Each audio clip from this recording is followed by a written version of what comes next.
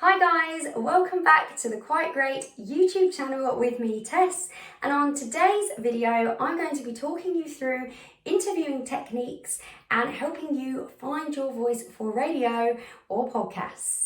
Now, on the wall behind me, you can see a whiteboard with 5 very important keywords known as the 5 W's. Now, you will know these words very well, but what you probably won't realise is that they come in really handy when you are researching and prepping for a show and for an interview. And those 5 words, as you can see, are who, what, where, when, and why.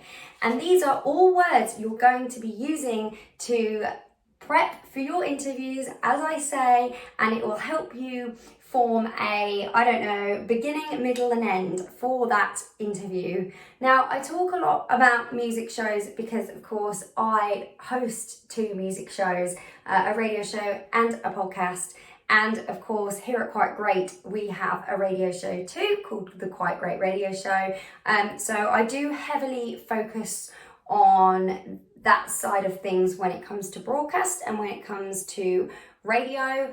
And obviously we're a music PR company, so music is very big in my world. Now, I'm going to give you a few examples of how to use these words and how I kind of prep for an interview and my kind of, unique interview style. Everybody has a different voice, and that's fine, and you will adapt over time and you will learn, how you want to host, and you will learn your own little unique set of techniques. But we're going to start obviously with the focus on the 5 W's and basically how I tend to prep for an interview, for an artist interview.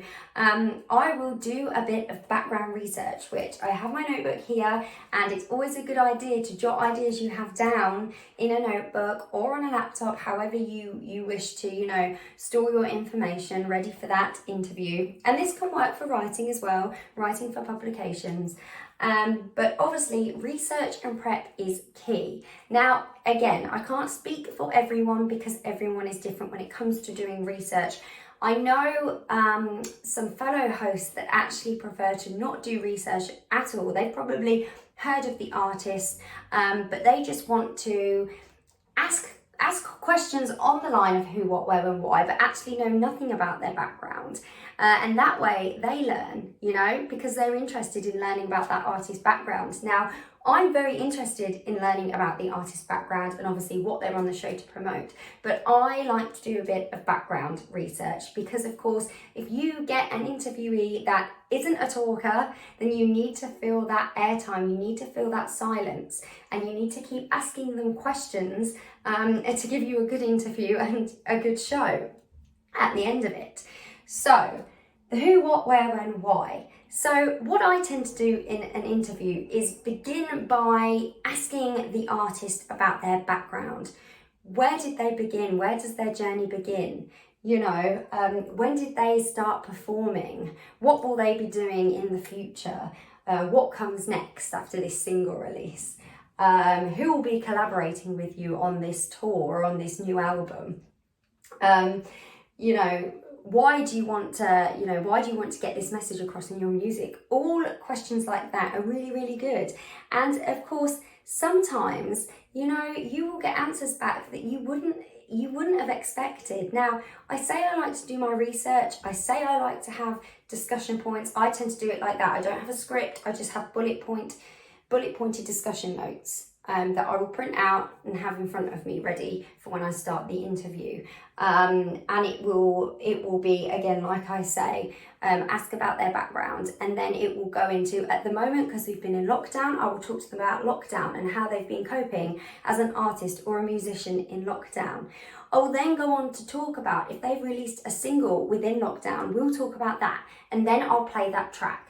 Now, on my podcast, obviously the track comes in post-production, but on a radio show, you'd probably be able to play that, obviously, on air. If it's live or if it's pre-recorded, you'd still play it.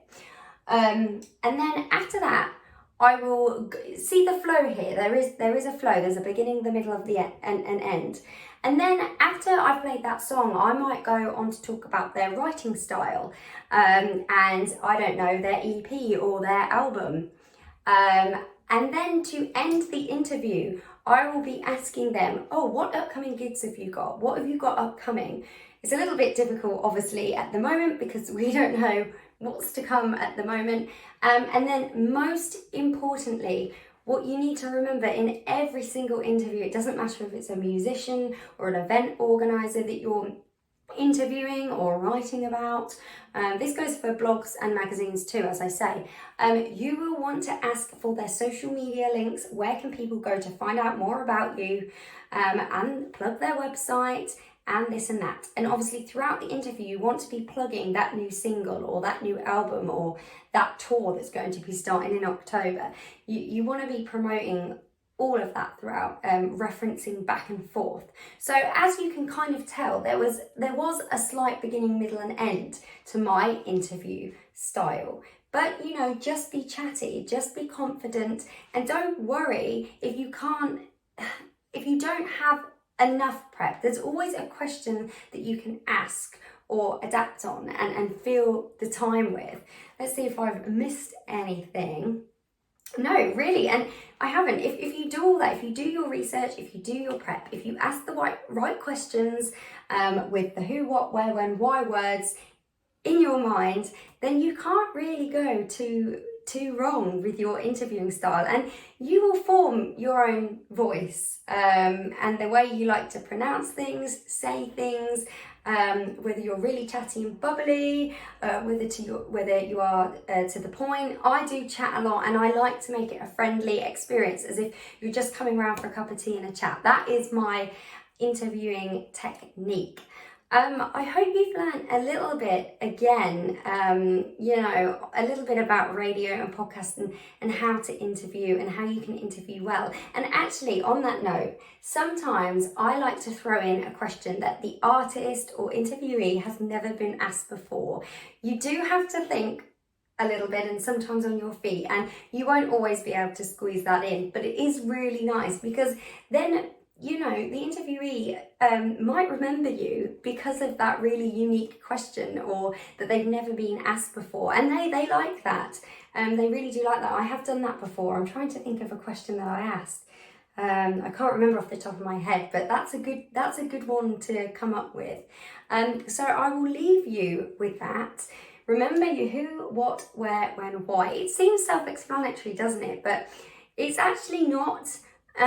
But you will get into a routine of doing this, just like getting up and brushing your teeth. It will become natural for you to do this. And again, I was taught this at university because I studied across the board, radio, television and print and online. And it works for all of those. So whatever your media base is, use that. But of course, this video is primarily for radio and podcasts and audio, the lovely world of audio. So thank you for taking the time to listen to me ramble on, but I hope that I taught you something new and that you can feel confident enough to go and host your first show, or I don't know, take into account what I've said and adapt on your show and, just keep it growing. Yeah, thanks for listening, and I'll be back soon with another video.